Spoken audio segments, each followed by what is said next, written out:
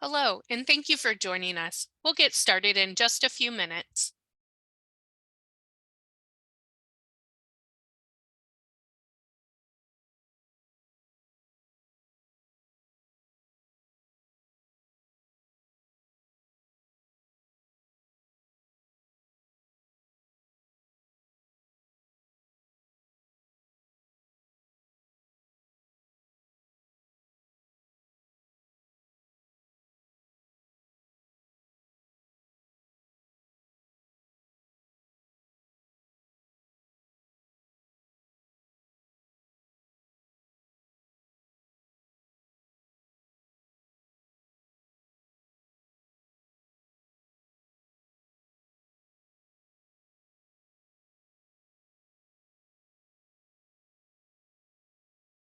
Hello, everyone. Thank you for joining us. We'll get started in just a few minutes.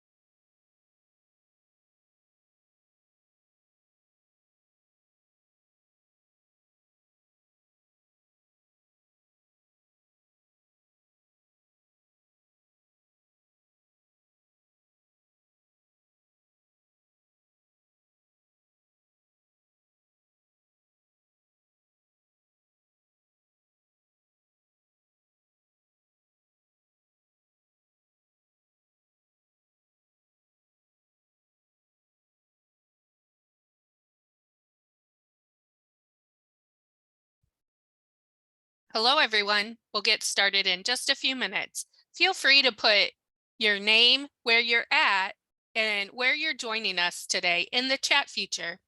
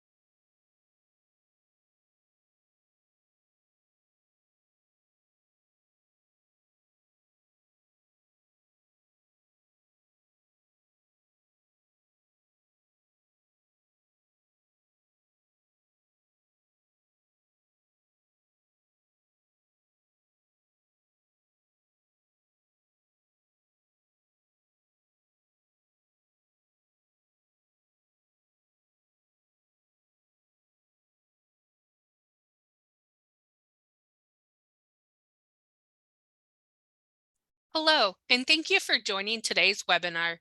We are ready to begin. Today's webinar is part of the Nursing Faculty Prep webinar series sponsored by Lecturio.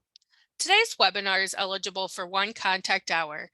Sigma Theta Tau International Honor Society of Nursing is accredited as a provider of nursing continuing professional development by the American Nurses Credentialing Centers Commission on Accreditation.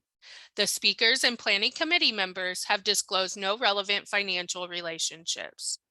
To receive contact hours for this NCPD session, participants are required to attend the webinar and complete an evaluation form, which will be emailed to all attendees 1 week after the webinar. This webinar is being recorded and will be made available via the Sigma repository within a few business days of recording. Following the presentation, if we have time, we'll have a question and answer session. You'll see on your Zoom webinar control panel that you can send a message through the Q&A feature. This is where you can type in any question you'd like to pose to our presenter. Be sure to hit send so the message makes it to us. Please use the Q&A feature for questions and the chat feature to interact with other participants and interact with our presenter throughout the presentation. This webinar is proudly sponsored by Lecturio. Lecturio's products and services help nursing students learn to study effectively while empowering educators with valuable and actionable performance insights. Discover how Lecturio can enhance your teaching by visiting their website, lecturio.com/sigma, and we'll put that in the chat for you. We'd like to thank our speaker for sharing their expertise with us today. Our speaker today is Dr. Rhonda Laus. Professor Rhonda, PhD RN, is Lecturio's Chief Nursing Officer. She is a certified nurse educator and is currently an assistant professor at the University of Oklahoma College of Nursing in Oklahoma. She has over 20 years of experience teaching NCLEX reviews on the national level. We are so thankful to have you today, and we'll turn it over to you. Hi, everyone. Hey, really glad to be here. As I said, my name is Rhonda Laws, so you can just call me Rhonda from here on out. And I'm really excited about the different kinds of people we have here from all places. So I encourage you to use the chat, ask questions. We've already made arrangements. If there are more questions than we can answer today, I would be happy to record an answer for you and to keep the conversation going. So don't hesitate to answer questions because I am still in the classroom. It was really important to me that I not forget what it was like to actually face undergraduate nursing students. So that's predominantly where my experience is right now. I teach things like advanced pathophysiology, nursing research, and pharmacology. So you've got the outcomes of what we're talking about today, and we're all dealing with what's it going to be like to get these students ready, because we know this is the first group that are going to have to really address those NGN questions. Now, I'm not going to spend a lot of time diving into the types of NGN questions because I'm sure that most of you have that information already, but I just kind of want to touch on them a little bit to give us a framework or a scaffold as we're going through. Now, this is just up here to remind us about the passing rates. They're going in the wrong direction, right? When you look at the years for the programs, and this is how the National Council of the State Boards of Nursing reports them. That's where these numbers are from. So it just adds a little more of an edge for us when we know that these are students who are significantly impacted by COVID, and now they have next gen. So it's going to be a nail biter for us as much as it is for them. So I want to just give you a chance to kind of put something in the chat to talk about how have the NGN changes affected your institution's curriculum or your lesson delivery? What are you already feeling in your classrooms? So just go ahead and write it in the chat. Would love to hear from you. And welcome to those of you whose students aren't taking the next gen, because what we're talking about today is just teaching students how to have good clinical nursing judgment. And that applies no matter what exam or type you're taking. Well, hello from Germany. That's great. I just got back from Germany a few weeks ago. It's great to have you. So give us some notes. More focus on active learning strategies. Great. Still a lack of knowledge on the changes. Okay. Judith, we can actually help you with that. If you reach out to us, we can send you some kind of a condensed version of that for you. Less lecture, more simulation cases, NGN questions, lots of preparation for classroom. Yes. Hard to get them to critically thinking. Yes. How to break down case studies, further development. Okay. Yay. You guys are actually exactly the kind of people that I get so excited to have a discussion with. And that's really what today is supposed to be. It's supposed to be a discussion. So whether you're a veteran faculty or a brand new faculty, you're going to learn a whole lot from what goes on in the chat and what other people are learning and trying out in their classes. Yes, unfolding case studies is a great tool, and you had a rollout plan. Well done. Not everyone had that at their university. So again, we're bringing all different kinds of experiences to us. So you shared your thoughts in the chat.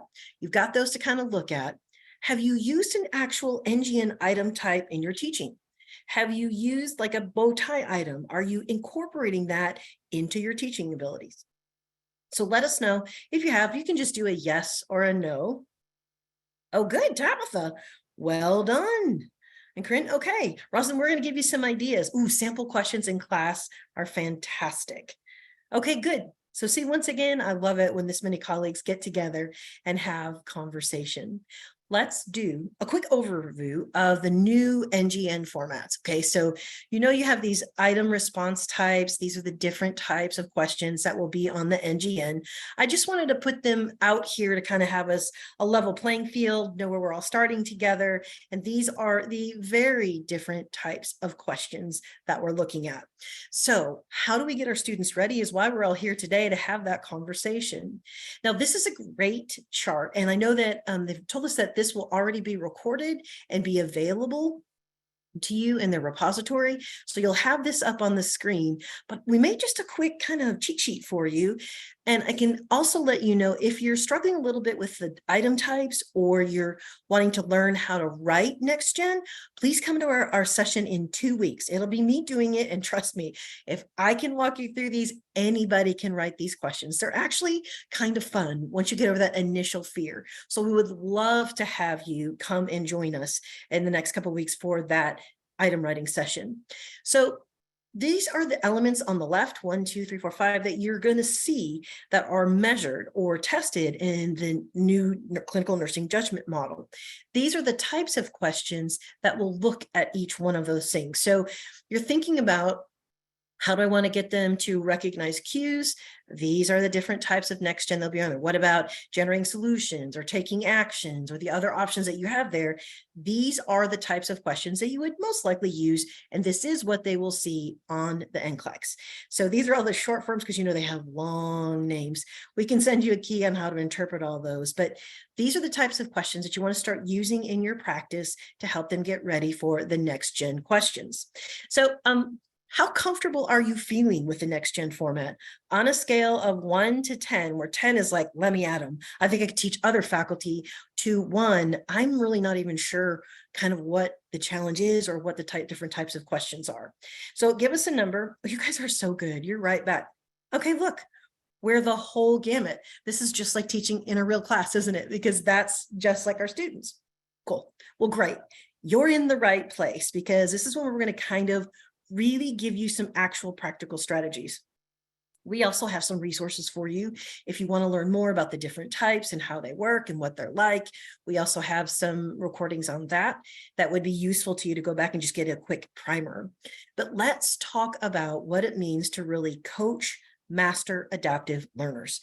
Now, master adaptive learners is what you'll see in the literature. So my doctorate is in ed psych, because I was just simply fascinated by how people learn, how they put things into their brain, how they process it, how you can help students be better at that. And so that's why I went after that direction for my doctorate. When you're talking about coaching master adaptive learners, these are people who continue to self-regulate, who are really trying to learn more, to analyze more, so they can be safer and more effective nurses. Now, we've got some characteristics of what these learners are like. They're curious. That's what drives their learning. They always want to ask why. So we have to look at, how do you develop that curiosity for your students? Now, we all have a certain percentage of our students that I swear they would learn whether we were there or not. They're just that motivated, curious, bright, inquisitive. They already are these master adaptive learners. You can almost just set them up and they go. But then we have the rest of us mere mortals that don't necessarily function like that. So looking at these 4 concepts here, this is what we're trying to develop. We are trying to get them to be curious. And you can't just say, you guys need to be curious. You need to ask more questions. You need to be able to stimulate that curiosity. And I'm going to give you an example of one interesting way to do it that's really easy. I promise it's not a lot of prep. Motivation is for the deep learning. I know that our system is set up to be grades, and those are student outcomes we have in addition to that, but we've got to help them understand the value. And that would be using expectancy value theory, why this matters to them, how this will help them be a better practitioner, as a nurse at the bedside and wherever they plan to go in their careers, that this is why we're learning, not to pass the test, even though I know that's one of our requirements, you just have to, but want them to be motivated to learn for the sake of becoming a safe and effective nurse. Now, mindset is what they believe about their level of intelligence. Do they really believe they can improve their intelligence? One of my favorite areas of research. And resilience. What's going to help them persist? Because I bet there isn't very many of you on here who haven't had a conversation with a nursing student who's very upset, in tears, emotional responses, or really worried about, are they going to pass? Are they going to get it? Why is this so hard? Nursing school is rough. So we want to teach them that you might have come here with a 4.0 in your prerequisite classes, and that's great. Congratulations to you. But now we're going to kind of shift your thinking. And so it's going to be a little bumpy as you're learning the different skills. Don't give up. It doesn't mean you don't have it. It just means you don't have it yet. So when you're thinking about your classroom, these 4 things. What are you doing as a faculty, as a coach, to help them become more curious about what they're learning? What are you doing to address their intrinsic and extrinsic motivation? What about their mindset? What do you think their students believe? And how resilient are they? And what opportunities are you giving them to do so? So this next question, I want you to say, for your students and in your experience, so there's absolutely no wrong answer, which do you think is the hardest for your students? Is it curiosity, motivation, mindset, or being resilient? So one of those 4, which one do you think in your practice has been the toughest? Resilience and mindset and mindset and mindset. Wow, okay. This is why I love this area of research. Fantastic. Okay. Yes, I think you could pick any one of those 4, and that would be great. And curiosity does not include, is that on the test? Is that on the test? That is not curiosity. So yeah, I tend to have a bias toward mindset and resilience because that's what drove me to really be interested in that type of research, because I wanted to find out how to help strengthen that in students that may not have those in spades. So when you're talking about the master adaptive learner model, remember that's the name in literature, but really what it's talking about is how do we help our students have better clinical nursing judgment, more consistent, safer for their patients. So we're talking about this model, this process. Now, you as an educator and an academic understand the value of models. They kind of take an idea and they make it visually present. You should be able to draw inferences from it. You should be able to walk through it, and it makes sense of something of an abstract idea. You are great at that because that's what you do for a living. You're an expert. Students are not. So here's one of the things we really have to think about. They are not usually strong, except the outliers, in developing their own mental models. Okay, so what would you think? Would you agree with me or would you disagree that students are not great at making their own mental models? Tell me in the chat. And I'm totally okay if you disagree. Gloria, I love it. Totally agree. Okay, so that's what we're talking about today. How do we help them? Oh, and there's a gracious one. It depends on the student. Absolutely. You're always going to have people that are great at it. But as a general rule, this seems to be a very common area where people really struggle as nursing students. And we're asking them to do a whole lot of stuff at the same time. So that's why it can sometimes be really difficult and challenging for them. Speaking of difficult and challenging, there we go. We're going to move this a little bit. I'm going to talk about all these characteristics so you know what they are. So these 4 areas: planning, learning, assessing, and adjusting. So as you're helping to coach them, these are 4 great categories for you to think through your own practice. How are you developing with planning? How are you helping the learner set goals? I wish that people came to us in nursing school knowing how to study, knowing how to set academic goals. But we're in my practice, That has not been my experience with the general group. So we can't really assume that they know how to set a study schedule, that they know how to self-regulate, because it's proven in the research that that's one of the most difficult things in learning, is to be a self-regulating learning, assessing what you know and deciding what you need to do to begin to master that. So in your classes, you can write in the chat or not, but I just want you to start thinking, hey, when it comes to planning, how clearly have I communicated the goals and the benchmarks and the milestones that students should be reaching? And how often do they have access to that? So if you want them to learn to be stronger in their clinical nursing judgment, they need clearly defined goals from you. So in your syllabus, in your course, they need very clear milestones that say, hey, this is a formative type assessment, or you don't have to use that word with them, but you can, so they can check in and see how they're doing. So are you using practice questions, or you can use walkthroughs on case studies, or how they do in course, but whatever it is, just don't assume that they know how to set their own goals. How I wish they could. I had them for pharmacology usually in their first semester, and I felt like that's a lot of what I did. And I used to be really frustrated, but now I know, like, that's our reality. They need to be encouraged in a positive manner, like make it a fun thing, make it a positive thing. I have students before they leave my patho class write a quick summary of every course, of every experience, and they write, how would this help them be a better nurse? And then where is it they need to really focus on studying at their very next study session, which hopefully would be that day, but a girl can dream. So one of the way helping them learners set goals is you need to kind of hold their hand, especially as our beginning students, and help them do it. Suggesting learning strategies for them. Some of the things that traditionally students come in and do with us, the research says, is almost detrimental. If you have someone that's highlighting, which really looks just like coloring, or they come into your office with their textbook and it's like you need sunglasses when they open it, whoa, that's not effective. Highlighting, if it's intentional and done with a consistent system, is effective if they go back and review it. But suggest strategies to them, like the benefit of spaced repetition, of interleaving, of all those things that we know are helpful for students to learn. Remember, spaced repetition is they look at something, in our system, we make it for them digitally, but what you're asking them to do is walk them through self-regulation, and when you do it with spaced repetition. So you want them, when they learn something, to kind of rate themselves. Are they strong? Is it mild? Or are they just, wow, they really didn't get that? So that they go back and more often review the things they are weaker on and don't review as often the things that they are stronger on. So some systems can do that for you as the students are going through it, but they don't come to us in most nursing programs. And there may definitely be some exceptions, but they don't often come to us having that skill set of understanding learning strategies and resources, how to take notes.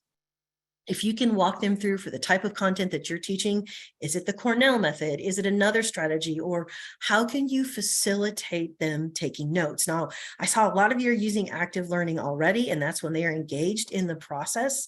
So you want to help them know, like give them some information, let them interact with it. And sometimes that's taking notes, or if you're in patho, it's drawing out systems in their own words or rephrasing things, because they have a very difficult time assessing where they are. Literature tells us that I hate to use the word weakest, but the weakest students are the worst at overestimating their preparedness. So that's why they have the biggest shock when they take the test. They felt like, and I'm sure they have studied, they've worked hard, they've tried, but when they get there and they hit the test hits them, they feel completely unprepared and their exam doesn't really seem to be. Yeah, Glenna, I see that they use computers for their note-taking. You can address that. Just have an assessment. Like, I don't ever want to tell students, you have to do it this way.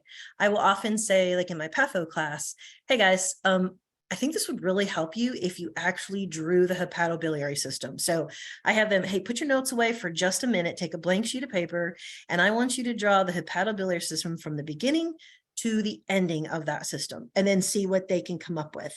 So getting them to, anytime you can do that, if it makes sense in your class, that's great. If they have a tablet, I don't care if it's digital or paper, but sometimes stepping away from their computers, because a lot of times what they're doing on computer is they're just doing the note taking where you just click the audio on your Google and it's just writing down everything that you're saying, which is not super helpful. We need them to learn to recognize what's key information and what is not key information. And so we're really looking at that.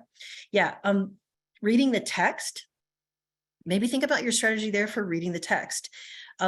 Old school, like back when I was in school, faculty would assign just hundreds and hundreds and hundreds of pages. No humans can really process that much information. So think about how would your content be appropriate if you could really target their reading, if they could direct it, say like, hey, this is the whole reference here. But think about if your objectives are really driving your course, teach them how they can self-assess and do formative assessments on how their understanding of those objectives, and then back that up with some practice quiz questions that will kind of give you a feel. We were just talking to a client today where using the word feedback is really important, because any of you that have gotten a student evaluation back, they've probably written that word, or there's a question that says, did you get adequate feedback in this course? Keep using that word with feedback that says, hey, this practice quiz or these questions, these are meant to see where you are, to give you a self-assessment. So if you got a score of whatever it is, 80%, you're really good. That's where we expect you to be. If it's less than 80%, you have some more deep diving to do in this content, something as simple as that.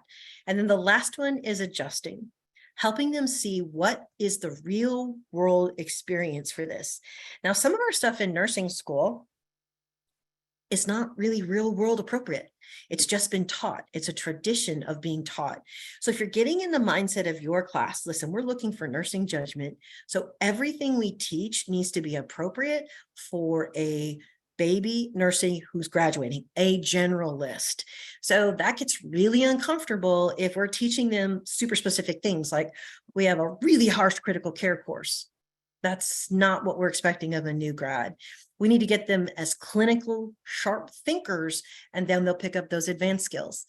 My labor and delivery colleagues, man, I appreciate what you do, but what percentage goes into that specialty? Have we done a good job at really thinking, what does every nurse need to know about labor and delivery to be safe? What does every nurse need to know about critical care? What does every nurse need to know about mental health? Not just what have we traditionally taught. Now, I know I've stepped on some toes, but that's really where I feel, and you are welcome to put your thoughts in on there. I would love to hear it. Now, for you, which of these phases do you think as a nursing faculty are the most effective? Where do you think you are the most effective in these 4 phases? Let me put them back here on the screen. So which one of these do you think is your strongest? So give us your strongest first, and which one would you like to grow the most? So you can just use the first letter, P, L, A, S, or A, D. So the first one is your strength, and the next one would be where you want to grow.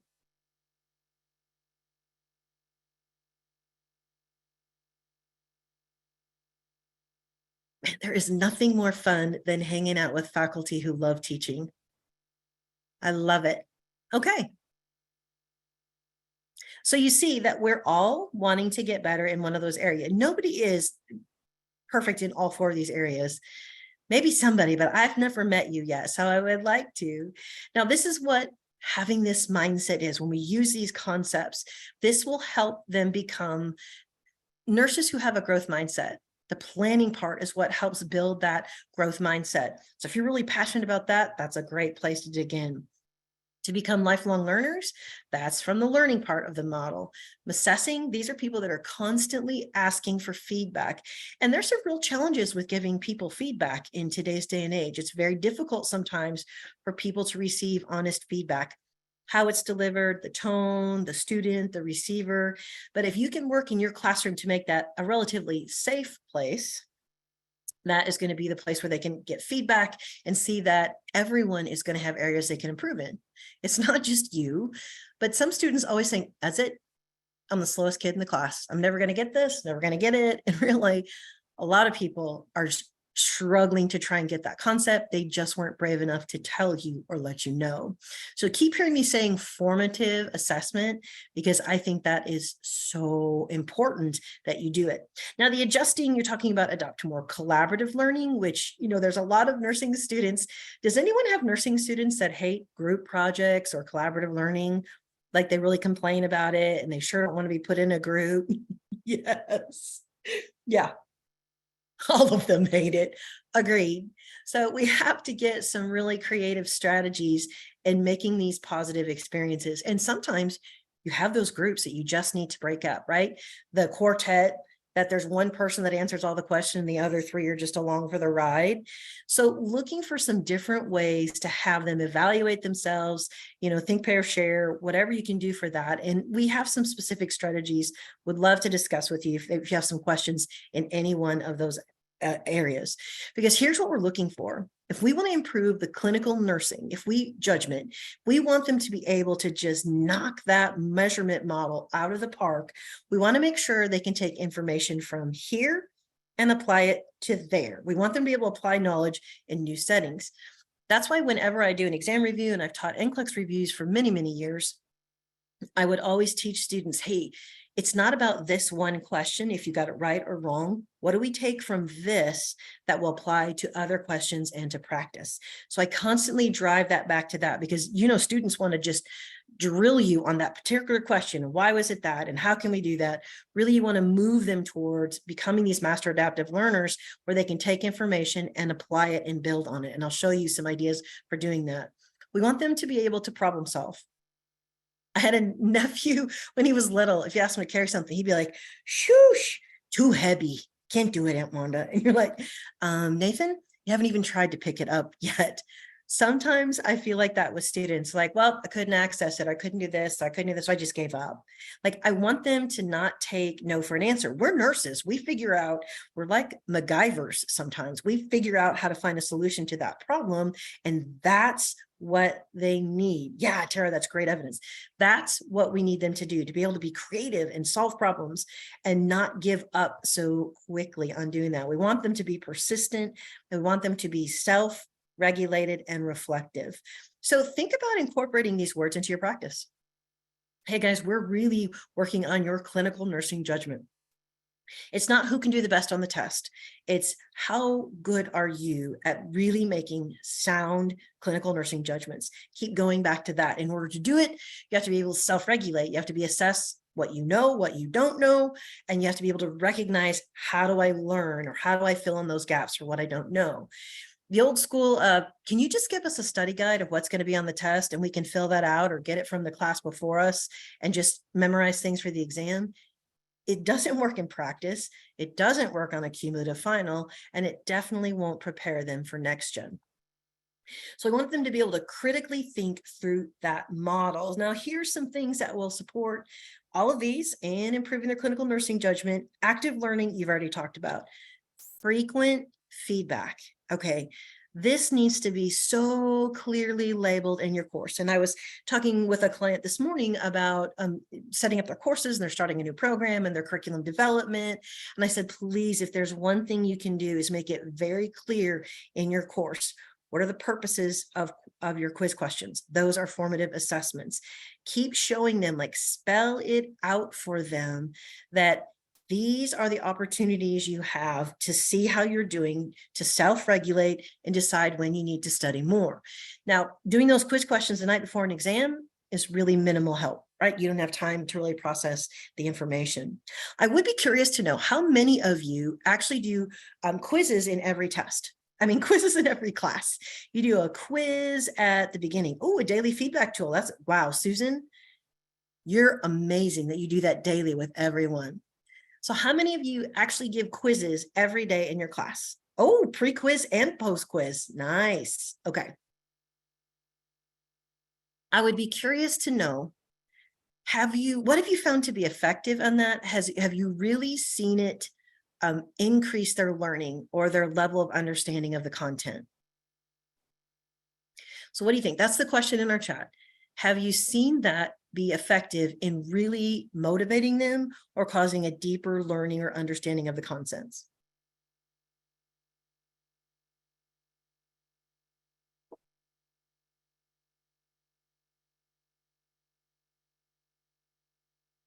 Okay. Excellent. Okay. So just like anything, there's pluses and there's minuses. Now, if I want documentation that the student has shown a pattern of not engaging with the content or not understanding the content, quizzes work really well for that. If you want to use it as a method to kind of get them engaged in what you're going to be talking about that class, it can also be used for that. I don't think there is, yeah, I see someone said very low stakes. The challenge with that is a lot of students that you see or you have, if it doesn't really affect their grade, it gets zero input. It doesn't really get a lot of questions on that. So they don't put a lot of effort into that.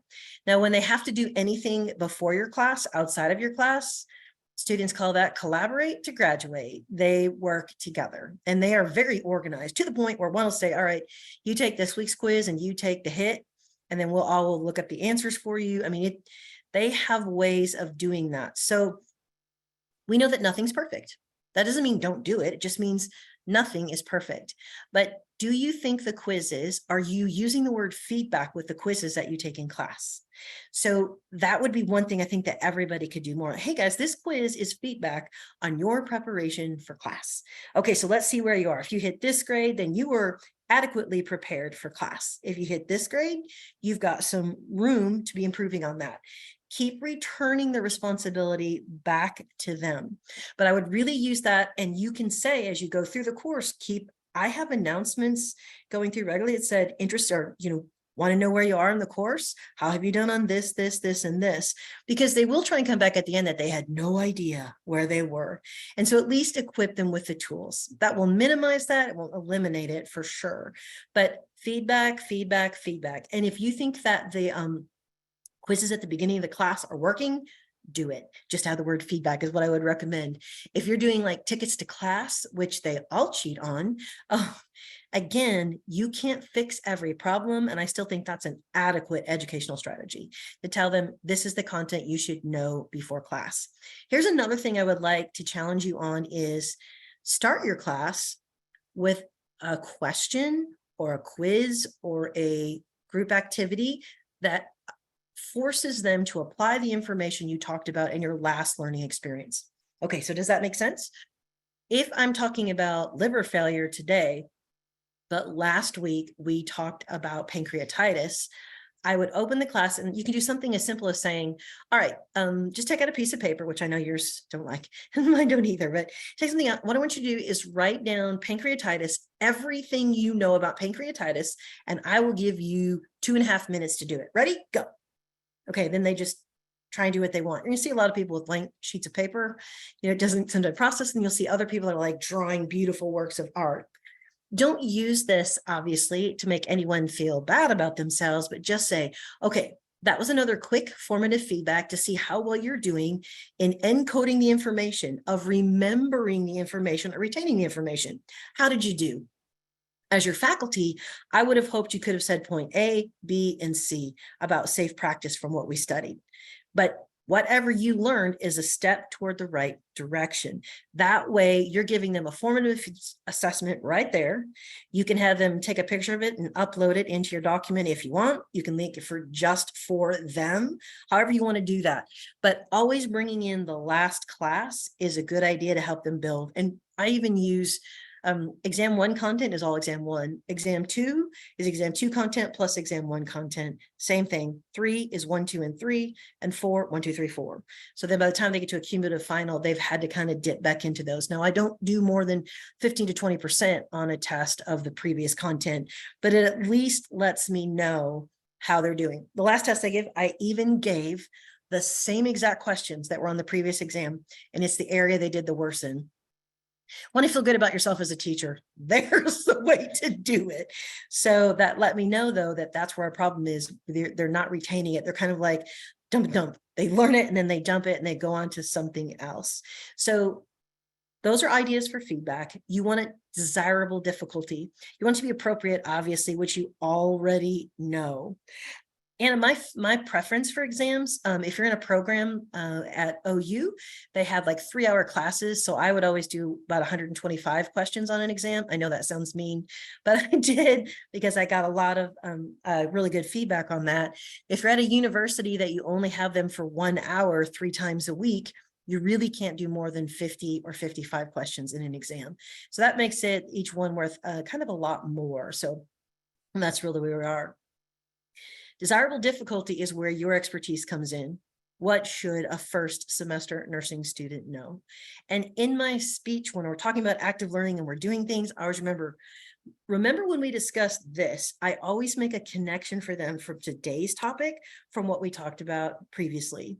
If you guys are teaching in concept-based curriculums, I know we're really focusing on competency-based, and that's great. But if you're also teaching in concept-based curriculums, you're teaching a concept like inflammation and saying, what does that look like in arthritis? What does that look like in a heart attack? What does that look like in cardiovascular disease?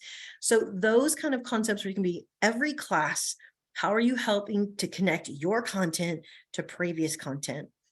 The more you can do that, that's going to be so helpful to them to at least digging that content back up and thinking about it. Know that when you ask a student to guess, to think ahead, to think like, hey, what is the answer to this question? We know just the act of them trying to answer something on their own actually helps them remember the true answer better.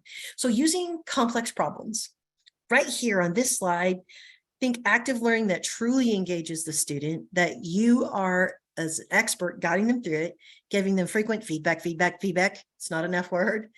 Make sure the level of difficulty is appropriate. This becomes very challenging when you have a critical care nurse and that's their passion, teaching their ICU course. You're going to expect them to be little mini ICU nurses and they can't do it. So know that it needs to be the appropriate level for graduating generalists when they graduate. And finally, complex problems, and let them struggle. I don't mean it in a mean way or to be harsh, but that's where the learning happens. They need to get used to learning involves some difficulty. Now, we don't want you to be just like over your mind, but we want you to have to work at the knowledge, because if you haven't had to sort things out on your own, then you're not going to be able to remember it. Now, I will always answer students' questions, but there's sometimes where they ask you something and I'm like, I'm not telling you what that is. Let's walk through it together. And I don't do the read your textbook or I'm not answering that. I don't do it in a harsh way. I'm like, okay, let's walk through that together. Let me ask you this. And then I'll ask them leading questions because I want them to know you are capable of answering really hard things. And as they say in, my niece says in elementary school, you've got grit and you don't quit. Yes, teach them that they can be successful by kind of holding their hand as you walk them through that in a classroom setting. We can be their biggest cheerleaders and still really make sure that we assess them fairly and rigorously. So in your classroom, make sure you're using the word, I feel like I'm giving a script today, clinical judgment. Okay. Keep just hammering that word. Like, guys, we want to teach you to make good clinical decisions. Okay. That's what we're looking for. And those formative assessments are the best way to do it. Here's what's going on. What would you do? How would you fix that? Use technology as much as you are comfortable. And wherever you are right now with technology, work to raising the bar just a little bit. Okay, so make sure that you're comfortable with the technology, that it's not a distraction in your course, but it truly is a benefit. You want to use those learning tools in those scenarios, which it sounds like many of you are. Anything that requires the student to respond individually is a cool thing. Like I saw somebody talking about, you can use Slido or Kahoots or whatever you want to use on there, but that's actually really good to force them to make an answer. If you got a 4-option multiple choice question, have them hold up a finger of what they pick, put them in one corner of the room, that corner over there is answer choice 1, this corner is answer choice 2, 3, and 4. That's an old NCLEX instructor trick. When I saw them kind of melting, I would have them stand up and move around to kind of get that in. Encourage critical thinking and schemas. Help them learn with whatever you're teaching them. And you guys teaching leadership, that is really tough because they're kind of like, they kind of check out a little bit on those topics. And they're like, that I heard that nobody fails this class, so I'm not really worried about it. What I'm really worried about is farm or chronic illness or whatever it is. So I know that colleagues that are teaching things like leadership development have a real challenge on this, but How can I help them take these abstract thoughts and make them models in their mind that they can actually implement and use? So we talked about the strategies. You want to make sure that they understand recall, retention, and remediation, those R's that everyone already knows, but you want them to become master adaptive learners so they can make the safest clinical nursing judgments. That's what our goal is. So I know they all are going to be CRNAs, or they're going to go to, they're going to go on to grad school immediately. Does anyone get that from students? You're like, okay, that's lovely, but it's day one of nursing school. So we really need to get you through this first part of nursing school before you're worrying about the CRNA programs and becoming a nurse practitioner. So am I the only one that has students that say that, or does anyone else know what I'm talking about, where they come in hyper focused on their GPA because it's all about what program they're going to get into? Yeah, you're like, day one, let's go with that, kids. Let's go with that. I know, always be encouraging, and I do that, but there's a lot of thoughts that go on in this brain. A lot of thoughts. That probably, thank glad to know that I'm not the only person who thinks about that. Now, we have lots of roles as faculty. Sometimes I feel like we're everything all in the same day. But what I'm really wanting to focus on today in our discussion is coaching. So this is where we're trying to get them to develop these mastery adaptive skills. Yes, we're mentors. That's kind of more focused on us. Yes, we're advisors, and that's program specific and academic, but coaching is where I really want to focus us today. That the student is the center of that. We help them identify personal needs and goals. We're not going to go with them to the NCLEX. Although I have a student say, Prof. Laws, I hear your voice in my head when I talk about IV fluids. I'm like, well, thank you. That's good. But I really need your voice to decide if this is safe or not safe for your patients. So use more things, ask them rather than tell them. How can you rephrase your learning experiences where you're asking them questions, and then don't just let them off the hook? Say, okay, why? Okay, why would you do that? Why would you do that? I use this strategy with worst case scenario where I have just 4 columns on a page. One is like a diagnosis or a procedure. The next column is, okay, what's the worst case scenario that could happen with this? Next column, how would you recognize it? Signs and symptoms, and what would you do? Those are interventions. And so I teach them how we write questions. And if you come in a couple of weeks, I'll show you how you can learn how to write items, and then you can take that and use that specifically in your classrooms. But with that format, if you ask them like, okay, here's your diagnosis, what's the worst case scenario? They say dead. I'm like, yeah, that's usually not the outcome we're looking for, but how did they get to dead? What happened? And just keep asking them why, just channel being a toddler so that you can keep asking them things like that to make sure you're walking them through all of those questions and those options. But keep asking them why and teach them to ask themselves why and to ask each other why. We know that the literature says the way to study is not to reread your notes. It's formulating questions, asking them of yourself or asking them of a peer or a colleague. I also encourage those with family members so that they don't forget what they look like. If you're a student nurse, that write questions out on a note card and have them read it to you and quiz you and challenge you. At least that gets little kids. They can read a note card, or a spouse or a partner. It's a way to kind of engage them in their learning to do that. So when we're talking about these schemas, we want you to know that with effective learning, we all have our opinions, right? But if we can just kind of focus on one of these 3 concepts, I really want us to narrow it in is cognitive capacity. Schemas will be part of that, and scaffolding are things that you can do. But I want you to think about your cognitive capacity of your students. Where are they? Has anyone gone into class and you're like, it is not connecting? And you have to say, all right, guys, what's going on? You feel like, oh, we have a test next hour. Has anyone had that experience where you're like, things are not really getting through to students in this hour, and you find out there is something else major on their mind? Let me know if I'm the only one who has that, or if you guys have also noticed that experience when you're in class, when they are checked out. Some of you said they're chatting with each other. You just really hope they're not making fun of you on their chats. That's kind of hurtful. But anyway, yeah, they are focused on something else the next period. But if they don't properly learn something, put it in an organized way into their brain, they are not going to be able to readily retrieve it. Because if they have disordered ways of putting things into their brain, they're not going to get it. So one way to kind of bring them back in is to remind them, okay, the more efficiently you put this information into your brain, the more effective you're going to be able to recall it and to apply it to other pieces of information. And that's really what they want. So you can always kind of draw them in by saying, hey, listen, I'm going to show you how to use the time you do have to study to make it the most efficient and the most effective. Now, this is cognitive capacity.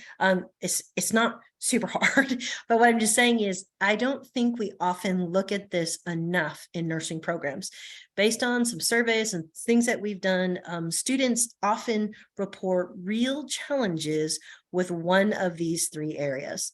So which one of these three areas do you think students have from a program standpoint? Which do you think is the biggest or most difficult for them? Extraneous processing is like extra things going on, their personal lives, scheduling, all those types of things. Essential processing is taking in that information, and then generative is taking that information and then helping to generate new ideas and thoughts. Okay, you guys are you're on it. You're thinking like educators. What I want to challenge you on is we just did a survey with 258 nursing students. Do you know what they ranked as the highest? Nursing program organization. Does your program change schedules a lot? Do you add things? Do things seem, could things be clearer for your students? Does that make sense what we're talking about here? And if we don't take into account what are the extraneous processing things that we have control of, we can't fix their family problems or their financial problems or their whatever problems, we can't do that. But there's lots of things in our courses. Are your online courses where you might be hybrid, you might meet in person, but does everybody's syllabus work the same? Does everyone's assignments, can they be found in the same spot? How much of a cohesion do you have amongst your whole program? Now, that's really tough to get, but the more that you can have, where when you start to take a new course, you don't have to fill out or figure out all this stuff, like, oh, assignments are always here, exam dates are here, the calendar's all in one spot, all the courses are together. So think about, is there anything in your course that you have the ability to decrease the extraneous processing? First, you have to admit that they have it. And then you're right, all three of these areas are really challenging, and we can impact three. I'm just telling you that students complain the most about the extraneous processing things. And it comes down to just what you're saying, Danette: calendars, changes, unclear, emails at the last minute, all stuff that I'm sure none of us do, just maybe other people do.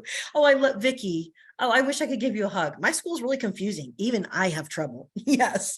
A lot of us have been there, and it is really, really deal. Okay. So we're talking about these schemas, and these are this is our goal of we're trying to help them make these mental models. So they get this idea and they just kind of try to memorize it, and they don't really understand it. Even something as simple when I'm working with pathophysiology students, helping them understand, hey, listen, blood pressure is the pressure of that fluid against the walls.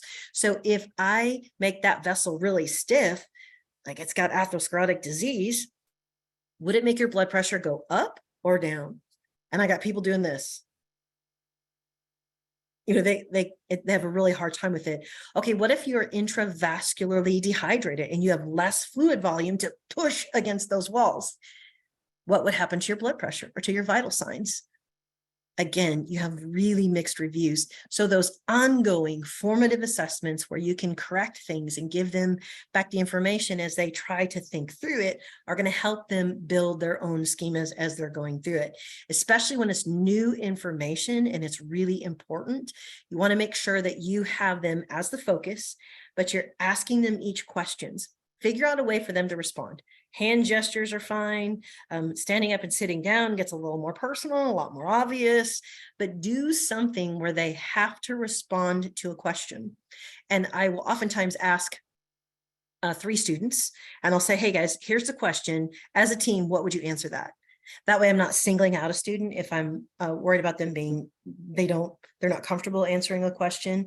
I can also, when one student answers a question, I'll ask them to call on the next student. So it's not me doing it, but those type of things where they have to be, if they could come to your class as a cardboard cutout and it wouldn't make any difference, then it's not active enough, right? They have to be on their toes. They have to know that they might be asked to respond, engage, not as a mean or punitive thing, but active learning implies they can't just sit there and pretend type on things and make that do it. So the schemas are what are going to help them remember and retrieve the information. It's putting it in an orderly fashion so they can get it back out. So we want to make sure we've got the research for you here, that we know that they show a significant ability to improve their recall and apply new information when they can learn how to set up schemas, and we're the ones who walk them through it. Nursing concept maps, I know they get really, they can be touchy. Some people are really good at neurodivergent people, love them. Neurotypicals are like, that seems like a mess. So they can do it as columns or charts or whatever they need to do, but just an option or an idea. Sometimes you can ask them, hey, what happens to a patient to get from here to here? What are the events that happen in the middle? You can do that in a leadership discussion. You can do that in a patho discussion. You can do that in a pharmacology discussion. You can adapt that to all of it. Also, graphic organizers, and I'm going to give you an idea on how to use those. But what I want you to be thinking about is, man, how do I start teaching students to put the information we're studying into their brains in an organized way? When I walk into the classroom, I have to know, what are my 3 sound bites? I use the same thing when I'm in an executive meeting.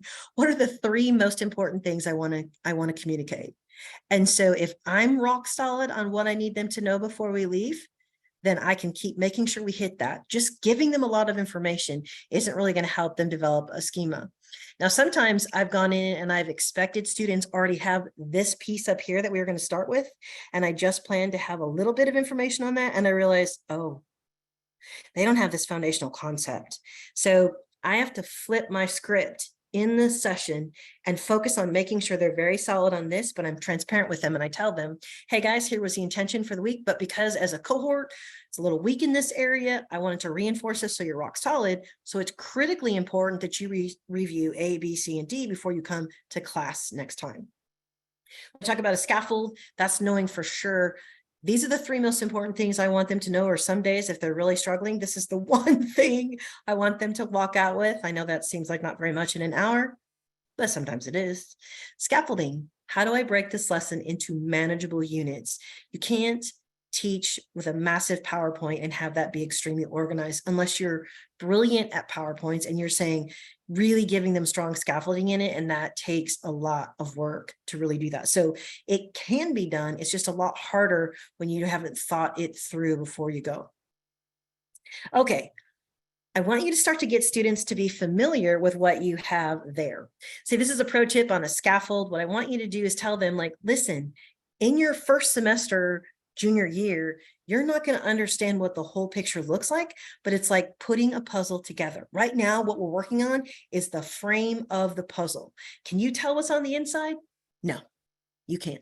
And that's why in our patho course, we don't teach treatment, which makes me bananas sometimes. That was a real adjustment for me. But helping them see you don't understand everything as it's being introduced to you in nursing school. We're just working on your framework and you can fill in the pieces as you gather the information and you continue to go through it. Active learning is a great way to do that with your students. And it sounds like you guys are already up on that. Now on this one, we were going to do a poll, but I'm just going to tell you, we're going to cut to the chase on this. Any one of these can be active learning, or they can be ineffective active learning. It's all dependent on the person who is guiding that and facilitating it. So students actively listening and taking notes in class would normally not be an option, right? That would not necessarily be active learning, but in the hands of a skilled educator like you guys, you can make it active learning if you do something as simple as, in the patho class, draw the hepatobiliary system. And some students really struggle, like, okay, hepato is liver, biliary stands for the bile tract. There you go. So you can make note-taking an active experience. In fact, I would recommend that you do. because anything they're doing, if they're not engaging in it, it's not going to be really effective in helping them do that. So good. We have answers all the way across the board, right? And some you may be really great at it. Others are like, Hey, and one thing on Socratic questioning, one of my favorites, is need to make sure you go back and clarify the answer on some of the questions. So if we said, is active learning effective? I think we'd probably get a lot of yeses because you guys have already given me feedback on that. But these are what we're talking about.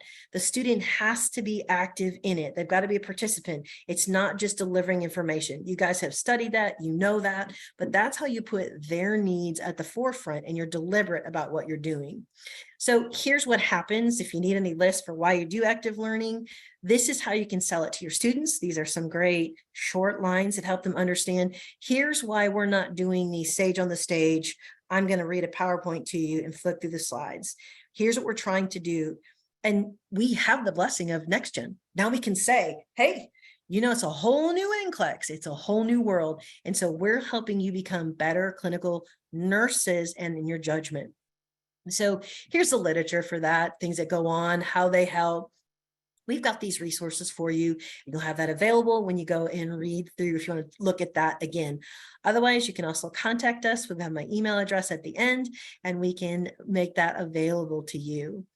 Here's the things where people really get caught up in why active learning can be difficult. Okay, it takes preparation by both you and the learner, and sometimes that's a challenge. You might be completely understaffed where you are working. Learners are overwhelmed or they're not highly motivated to do it. You might need structural support. Students don't understand it. And if you've heard, how many people have heard, why do I have to teach myself? Has anyone heard that from a student as feedback? I feel like I'm teaching myself. Anyone got that? Corinne, we can hang out, Corinne. Yes.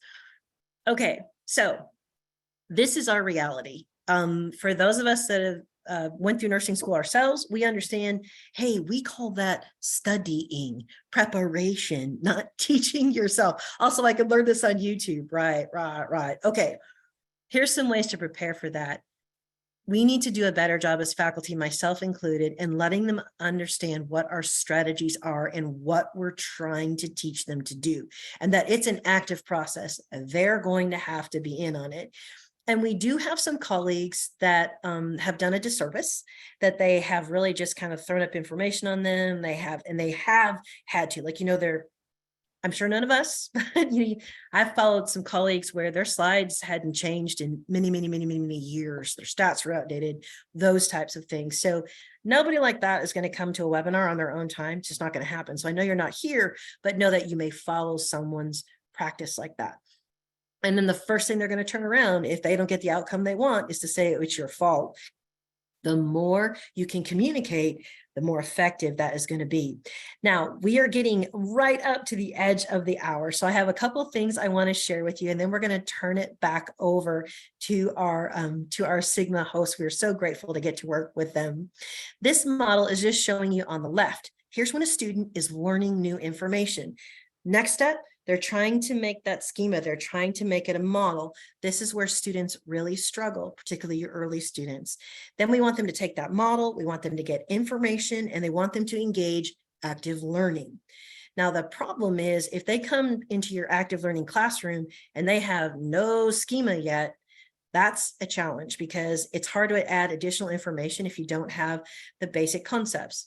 Consider something like your quiz is, you guys need to know these 10 things before you come to class. All right, quiz questions on it.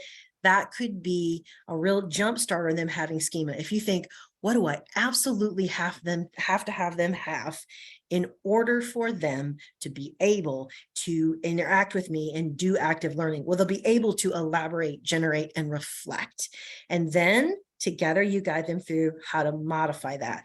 But that takes forethought of you deciding, listen, I really like teaching this concept, but I can't because I want to only hit the most important thing. Everything cannot be important. Now, we've got some other things to share with you, and I'll include some additional resources for Sigma to share with you, and we'll have a slide at the end. So Megan, you're welcome to take those slides down. If you contact us, I will give you some more information on how to use a model, and I will close with, I can show you how that when you're teaching students how to read a textbook or how to look at models, when they have the opportunity to see a graphic, I want you to teach them how to rip that apart and walk through it. So one of the easiest ways you can help them develop schemas is take a graphic, take a diagram, take something with the information in it, and then walk them through it. Why is that pink? Why is that blue? Why do they use this picture? How does that work? Now, if you're a pharmacology buff, I can make a quick audio for you and walk you through an example. If you're interested in that, we can advance the slides to my email address. And if you contact me, there's my email address right there. If you reach out and contact me, I'll have a quick podcast for you with some additional slides that can talk about an example. Oh, you do not know what your words mean to me. I am so grateful to get the chance to talk with you guys. Please keep going. You're doing a great work. Now back to our Sigma people, and please come in 2 weeks. We'll have some really fun talk about item writing. Wow, Rhonda, this has been wonderful. I thank you so much for this wonderful presentation. And of course, thank you for sharing your contact information with our participants for them to reach out to you. We hope that you enjoyed this information. As a reminder, 1 week from today, we'll email you a link to the evaluation for you to obtain your Nursing Continuing Professional Development certificate.